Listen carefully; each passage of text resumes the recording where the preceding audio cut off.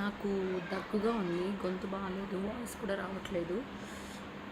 ఇప్పుడే జిందా తిలిస్మాత్ వేసుకున్నా. అంటే అవి వేసుకుంటాడు ఎప్పుడు, నేను వేసుకున్నా. పాపకు కూడా జస్ట్ ఒక్క డ్రాప్ వేసా. వాడు బాగా మంట మంట అన్నాడు. ఎందుకంటే వాడికి కూడా దగ్గు 1 వీక్ బట్టి. ఇప్పుడే ఇంట్లో పెద్ద గొడవ అయింది ఇంట్లో. అంటే కార్లో వెళ్తుంటే రీల్స్ చేస్తుంటే మామూలుగా మా తమ్ముడు కూడా ఉన్నాడు కదా, దానికి వాడు కనబడ్డాడంటే వీడియోలో పెద్ద గొడవ, చాలా పెద్ద గొడవ చేశాడు. నేను చాలా బాధపడ్డా, ఏడ్చాను.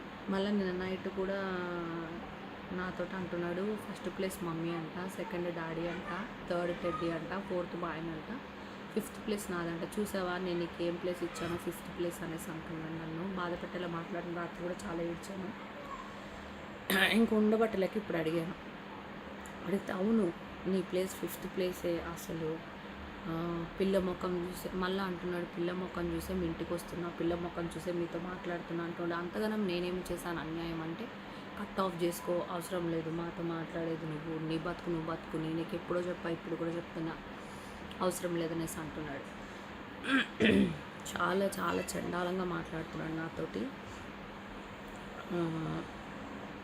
మా అమ్మకి ఇక చూసి గంట తర్వాత మా అమ్మకి ఫోన్ చేస్తే అదే మాట్లాడుతున్నాడు. ఎవరు లేని అనాథ ఈశ్వర్ మంచోడే మామూలుగా. ఎవరు లేని అనాథకేమో అందరు ఉన్నారు. ఇప్పుడు మా అమ్మ, మా నాన్న, మా తమ్ముడు అందరూ ఉన్నారు. అందరూ ఉన్న నేను అనాథనయ్యాను. చాలా తెగతింపులు చేసుకుంటున్నాడు. నేనంట కావాలని గొడవ పడుతున్నానంట. నెక్స్ట్ టైం వీడియో ఫోటోలోకి వస్తేనే రా, లేకపోతే లేదని చెప్తున్నావు కదా అనేసి అంటున్నాడు. నేను అనుకున్నానే, ప్రతిసారి వచ్చి 10,000 రూపాయలు నీ మందు తాగేసి వెళ్ళిపోతున్నాను, అందుకే నీకు నచ్చట్లేదు, అందుకే నువ్వు గొడవ పడుతున్నావు, నేను ఇప్పుడు వెళ్ళిపోతున్నాను అనేసి అంటున్నాడు. అని అంటే కొందరికి ఎట్లుంటుందంటే, పెళ్ళాము మంచిగా ప్రేమగా ఫుడ్ పెట్టినా చల్లిపోవే అంటారు. ఎవరితో ఉంచుకున్నదో ఎవరితో పెంట పెట్టినా అబ్బా భలేగుందని తింటారు. అట్లాగా వీళ్ళు కూడా ఎట్లా అంటే, నేను ఎంత మంచిగా మాట్లాడినా వాళ్ళకి, ప్రేమగా మాట్లాడినా వాళ్ళకి నచ్చదు. అదే ఈశ్వర్గాడు వీడు అమ్మన బూతులు తిట్టుకున్నా మంచిగా చట్టపట్టాలు వేసుకుని కలిసి ఉంటారు. అట్లా అనమాట. ఇక విజయవాడలో వాళ్ళు ఉంటున్న ఇల్లు నాది. దాని పేపర్లు ఇవ్వమంటే నాకు ఇవ్వలేరు, కానీ అవన్నీ అమ్మేస్తున్నారు. నాకు ₹1 ఇవ్వలేదు. వాళ్ళే అంత వేస్ట్గా ఖర్చు పెట్టేస్తున్నారు. ఏసీలు కొనుక్కున్నారు, మొత్తం వాళ్ళ దర్శనం దినం చేసుకుంటున్నారు. నేను వద్దు, కానీ నా డబ్బులు కావాలి వాళ్ళకి. మళ్ళా ఇప్పుడు వాడికి పెళ్లి సంబంధాలు అన్నీ వచ్చిపోతున్నాయంట.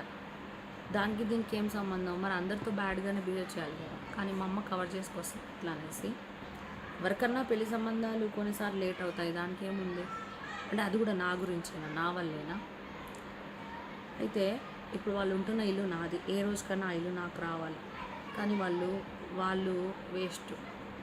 తర్వాత అద్దులు వస్తున్నాయి, ఆ అద్దులు ₹1 నాకు ఈ రోజు దాకా ఇయ్యరు. వాళ్ళే ఖర్చు పెట్టుకుంటారని. ఉండేది నా ఇల్లు, తినేది నా డబ్బులతో తిండి, కానీ నేను నచ్చిన వాళ్ళకి నేను అవసరం లేదు. చాలా టూ మచ్గా గొడవ పడుతున్నాడు నాతోటి. మా ఆయన సిగ్గు లేకుండా పిలిచి నన్ను తిట్టిపిచ్చి నేను బాధపడితే మా ఆయనకి మరి ఏమిటో సంతోషం.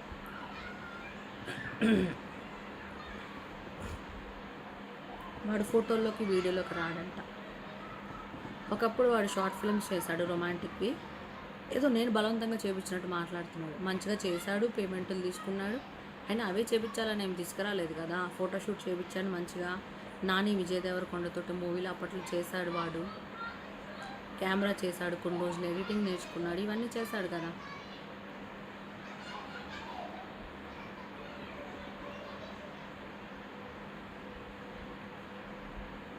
నేనొద్దు, కానీ నా డబ్బులు కావాలి.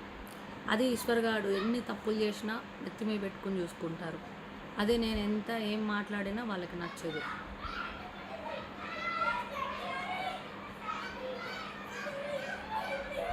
ఎందుకు పంపిస్తున్నా మీ ఇంటికి అంటుంది మా అమ్మ.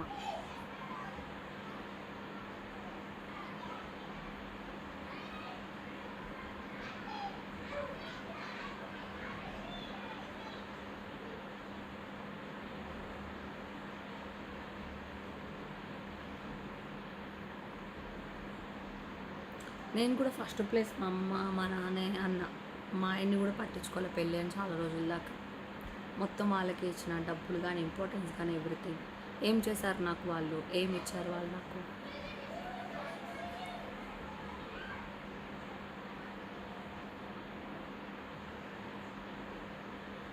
అన్నిటికీ దేవుడే ఉన్నాడు. ఎవరి పాపం వాళ్ళు అనుభవించాలి ఈ జన్మలోని ఇక్కడే. నన్ను ఇంతగానో బాధ పెడుతున్నారు, ఇంతగానో నన్ను హెరాస్మెంట్ చేస్తున్నారు, నన్ను ఇంతగానో బాధ పెడుతున్నారు. ఎవరో బయటోళ్ళు కాదు, నా సొంత తల్లి తండ్రి తమ్ముడే. వాళ్ళ పాపం వాళ్ళు అనుభవించాలి. ఇదే నేను శపిస్తున్నా. నన్ను మోసం చేసి, నన్ను బాధ పెట్టి, నా సొమ్ము తిని మళ్ళీ నేనొద్దు, నా సొమ్ము కావాలి. వాళ్ళ ముగ్గురు నాశనం అయిపోవాలి.